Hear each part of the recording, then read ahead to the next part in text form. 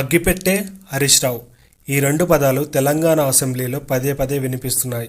CM Revanth Reddy నుంచి మొదలు పెడితే మంత్రులు సీతక్క, కోమటిరెడ్డి వెంకటరెడ్డితో పాటు ఇతరులు కూడా అగ్గిపెట్టె ముచ్చట తీసుకువస్తున్నారు. అసలు హరీష్ రావుకు అగ్గిపెట్టెకు ఉన్న సంబంధం ఏంటి తెలుసుకునే ప్రయత్నం చేద్దాం.